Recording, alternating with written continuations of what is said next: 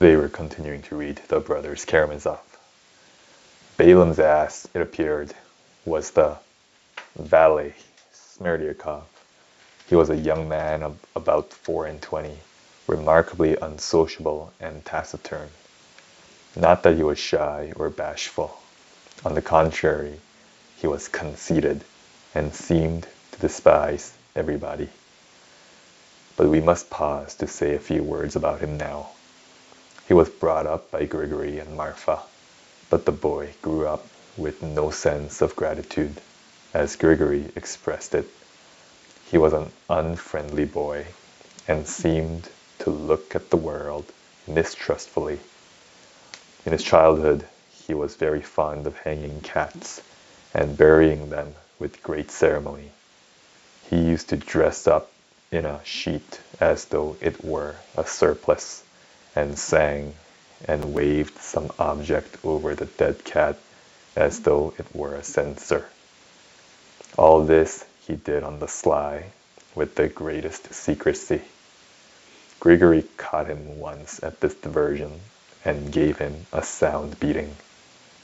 He shrank into a corner and sulked there for a week. He doesn't care for you or me, the monster, Grigory used to say to Marfa, and he doesn't care for anyone. Are you a human being? He said, addressing the boy directly. You're not a human being. You grew from the mildew in the bathhouse. That's what you are.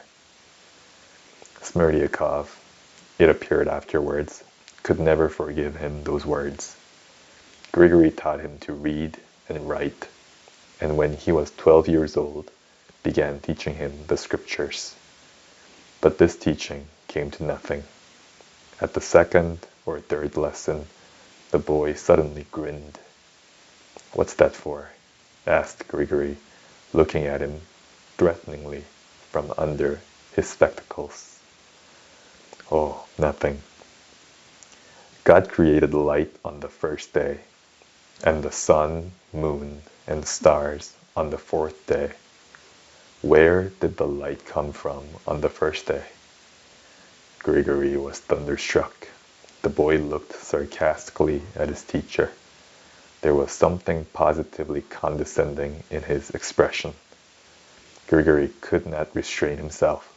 I'll show you where, he cried, and gave the boy a violent slap on the cheek. The boy took the slap without a word, but withdrew into his corner again for some days. A week later he had his first attack of the disease to which he was subject all the rest of his life, epilepsy. When Fyodor Pavlovitch heard of it, his attitude to the boy seemed changed at once. Till then he had taken no notice of him, though he never scolded him, and always gave him a kopeck when he met him. Sometimes, when he was in good humor, he would send the boy something sweet from his table. But as soon as he heard of his illness, he showed an active interest in him, sent for a doctor, and tried remedies, but the disease turned out to be incurable.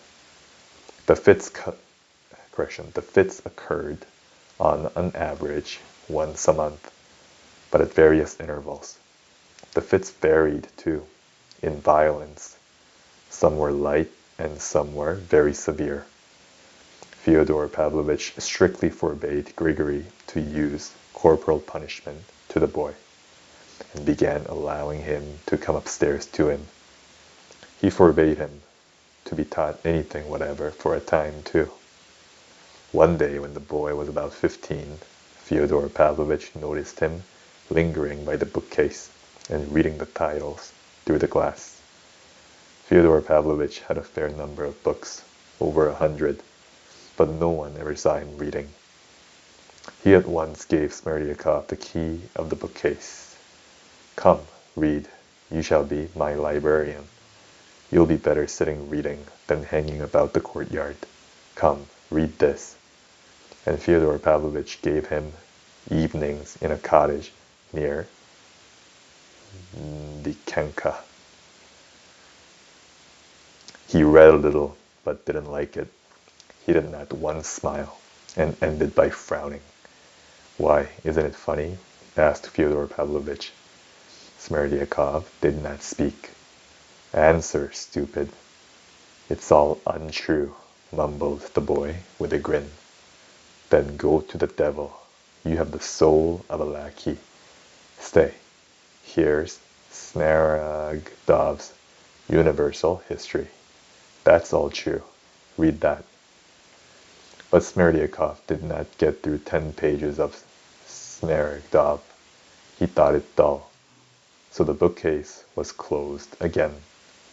And that's the end of the reading for today. Have a good day.